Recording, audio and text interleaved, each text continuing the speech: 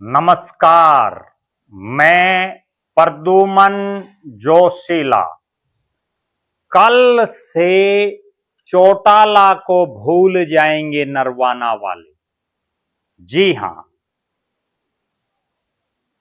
कल ऐसा काम नरवाना में होगा जिसके बाद इस इलाके के लोग चौटाला राज की बजाय सैनी राज को याद रखेंगे और किशन बेदी करवाएंगे सीएम से बल्ले बल्ले।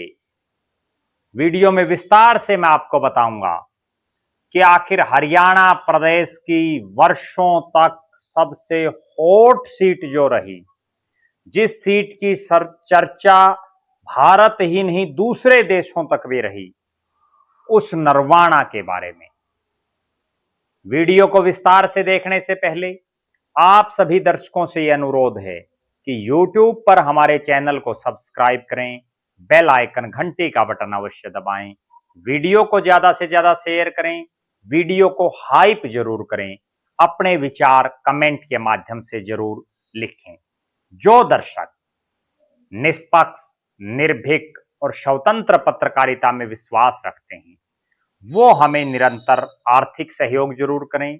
उसके लिए आप हमारे मोबाइल नंबर 94 166 74 472 94 166 74472 पर गूगल पे या फोन पे जरूर करें।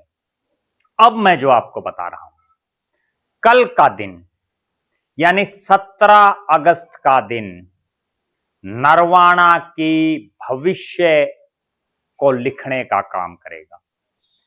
इस दिन हरियाणा सरकार में कैबिनेट मंत्री जो पार्टी में भी बड़े पावरफुल हैं और सरकार में भी पावरफुल हैं, और नरवाना की जनता ने उनको विधायक चुना है, किशन बेदी, वो एक बड़ा झलसा, बड़ी जनसभा करने जा रहे हैं।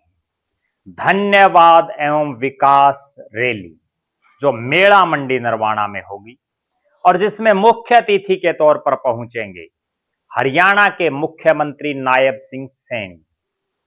पहले मैं आपको बता देता हूं कि ये नरवाना राजनीतिक रूप से इतना इंपॉर्टेंट विधानसभा क्षेत्र है, इसकी चर्चा हरियाणा और भारत ही नहीं विदेशों तक होती है, क्योंकि इस नरवाना की सरजमी पर परिसीमन से पहले बड़े बड़े नेता हुए।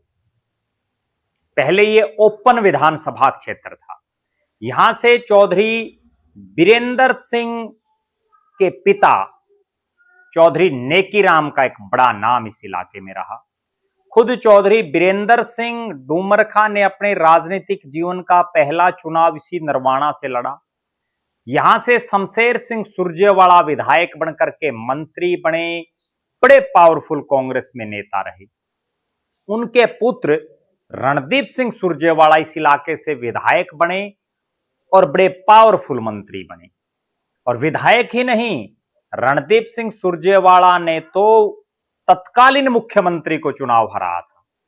और यह वो इलाका है जो सीएम का हलका रहा। यहां चौधरी ओम प्रकाश चौटाला यहां से विधायक बनकर के प्रदेश के मुख्यमंत्री बने। इस इलाके से जयप्रकाश जेपी ने चुनाव लड़ा और लोकसभा में भी इस इलाके ने बड़े बड़े सुरमा दिए, बड़े बड़े नेता हुए। लेकिन अगर विकास को लेकर के या कामों को लेकर के किसी एक नाम को इस विधानसभा क्षेत्र में आज भी जाना जाता है तो वो नाम है चौधरी ओम प्रकाश चौटाला। क्योंकि चौटाला साहब के राज में इस इलाके में नौकरियां भी लगी, विकास के काम भी हुए, सरपंचों को भी बड़ा मोटा ग्रांट दिया गया गांव के विकास के लिए। उसके बाद रणदीप सिंह सुरजेवाला विधायक बने, लेकिन जब यूं लगा कि परिसीमन में ये हल्का एससी रिजर्व हो जाएगा तो उन्होंने अपना ज्यादातर फोकस कैथल की तरफ कर लिया, जहां से उनके पिता विधायक रहे। इसके बाद एससी रिजर्व होने के बाद इस विधानसभा क्षेत्र का एक और बड़ा गजब रिकॉर्ड है। कि यहां 4 चुनाव हुए और चारों बार वाल्मीकि समाज के से आने वाले शख्स ही यहां से विधायक बने। 2 बार पृथ्वी सिंह नंबरदार यहां से विधायक रहे इंडियन नेशनल लोकदल के। रामनिवास सुरजाखेड़ा विधायक बने जेजेपी के, जो अब जो है एक बहुत बड़े मामले में फंस चुके हैं। और उसके बाद कृष्ण बेदी यहां से विधायक बने। लेकिन 2005 में रणदीप के विधायक बनने के बाद 3 योजना से यहां से बनने वाले विधायक, चाहे पृथ्वी नंबरदार हो चाहे रामनिवास सुरजाखेड़ा हो, उनमें उनको कभी मंत्री बनने का मौका नहीं मिला। लेकिन वर्षों बाद यह मौका नरवाना की तकदीर में आया कि कृष्ण बेदी जैसा पावरफुल मंत्री, जिसकी संगठन में भी चलती है, जिसकी सरकार में भी चलती है और जिसको जो सरकार को चलाना भी जानते हैं, हरियाणा की सरकार में कृष्ण बेदी एक ऐसे सौभाग्यशाली नेता हैं जो पहली मनोहर लाल खट्टर साहब की सरकार में मंत्री रहे, दूसरी सरकार में उनके राजनीतिक सलाहकार रहे, यानी सरकार को चलाने वालों में वो शामिल रहे, और तीसरी सरकार में नायब सिंह सैनी के साथ वो कैबिनेट के मंत्री रहे। अब यहां जो धन्यवाद और विकास रैली, नाम से ही यह प्रतीत होता है कि इस रैली में जो इस इलाके में पहली बार कमल का फूल खिलाने का काम किसी ने किया तो वो कृष्ण बेदी हैं। और नरवाना के इस कमल के फूल की वजह से आसपास की जो साथ लगती सीटें हैं, चाहे वो उचाना हो, वहां फर्क पड़ा, वहां से प्रत्याशी जीता, चाहे जो है सफीदो हो, चाहे अन्य जो इलाके हैं, उनमें भी कृष्ण बेदी का अपना एक कद है, एक ओरा है।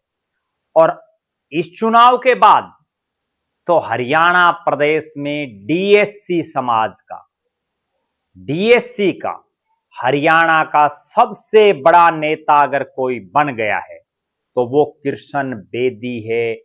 तमाम पार्टियों की बंदिशों को हटा करके डीएससी में आने वाले लोग उनको अपना नेता मान रहे हैं। और यही एक कारण है कि डीएससी समाज ज्यादातर बीजेपी के साथ लग चुका है। इस नरवाना की धन्यवाद और विकास रैली को लेकर के कृष्ण बेदी नरवाना के दौरे वो कर रहे हैं, गांव में, शहरी क्षेत्र में जा रहे हैं। और बड़ी गजब बात, लोगों से, गांव वालों से, शहर वालों से उनका मांग पत्र मांग रहे हैं कि बताइए मुख्यमंत्री साहब से क्या क्या घोषणाएं करवानी हैं, आपके गांव में क्या क्या विकास के कार्य करवाने हैं, आपके शहरी नरवाना इलाके में क्या क्या काम करवाने हैं। और मुख्यमंत्री के चूंकि वो बड़े विश्वास पात्र हैं, बड़े नजदीकी हैं, कृष्ण बेदी वर्षों से बीजेपी के संगठन के लिए और भारतीय जनता पार्टी की सरकारों में बड़े महत्वपूर्ण ओहदों पर रहे हैं, जिसकी वजह से उनका राजनीतिक तजुर्बा बहुत बढ़ गया है और बड़े मिलनसार हैं। उसी का एक फर्क और प्रभाव है कि नरवाना जैसी सीट, जिसमें कांग्रेस के पास आधा दर्जन से ज्यादा बड़े राजनीतिक चेहरे, और उसके बावजूद चुनाव में टिकट मिलने के बाद इस इलाके में घूमने वाले कृष्ण बेदी यहां से विधायक बने। और विधायक बनने के बाद पिछले 10 महीनों से हरियाणा के बाकी मंत्रियों की तरह ज्यादातर समय अपना चंडीगढ़ नहीं बिताया उन्होंने, बल्कि वो तो नरवाना की सरजमी पर ज्यादातर समय अपना बिता रहे हैं। लगातार लोगों के सुख दुख में शामिल हो रहे हैं, लोगों के विकास को लेकर के उनको दिन रात ये चिंता है। अब देखना यह है कि नरवाना में जो ये रैली होगी कल, इस रैली में नायब सिंह सैनी कितने करोड़ की घोषणा नरवाना वासियों के लिए करते हैं। और जैसे ही वो घोषणा करेंगे उसके बाद इस इलाके के लोग, जो चौटाला साहब का राज इस एरिया में रहा, जिसकी चर्चा आज भी है, 20 साल के आसपास हो जाने के बावजूद, उनको भूल करके अब किरसन बेदी और नायब सिंह सैनी को याद करेंगे। एक और बड़ी गजब बात है इस इलाके की, चौधरी ओम प्रकाश चौटाला का इस इलाके ने डट करके साथ दिया, हालांकि हराया भी इन्होंने। और इस बार के विधानसभा चुनाव में भी विधानसभा चुनाव की वोटिंग से पहले उन्होंने नरवाना की सरजमी पर आकर के एक बात कही थी कि हो सकता है अभय सिंह चौटाला हार जाएं, हो सकता है अर्जुन चौटाला हार जाएं, हो सकता है आदित्य देवीलाल हार जाएं, हो सकता है सुनैना चौटाला हार जाएं, लेकिन नरवाना की सीट इनेलो जीतेगी, क्योंकि उन्होंने यहां के लोगों के साथ उनका अगाध प्यार है।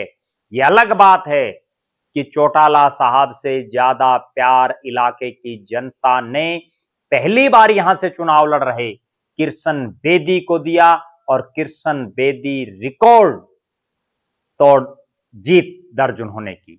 और जीत दर्ज करने के बाद पहले से अंदाजा था कि अगर बेदी साहब जीतते हैं तो वो कैबिनेट के मंत्री बनेंगे। और अब खुद किरसन बेदी, उनके बेटे करण प्रताप सिंह और उनकी पूरी टीम दिन रात नरवाना को किस तरह से आगे बढ़ाया जाए, जिस नरवाना में पिछले कुछ समय से विकास को लेकर के बहुत कुछ नहीं हो पाया, उसको और आगे गति कैसे दी जाए, उस पर काम कर रहे हैं।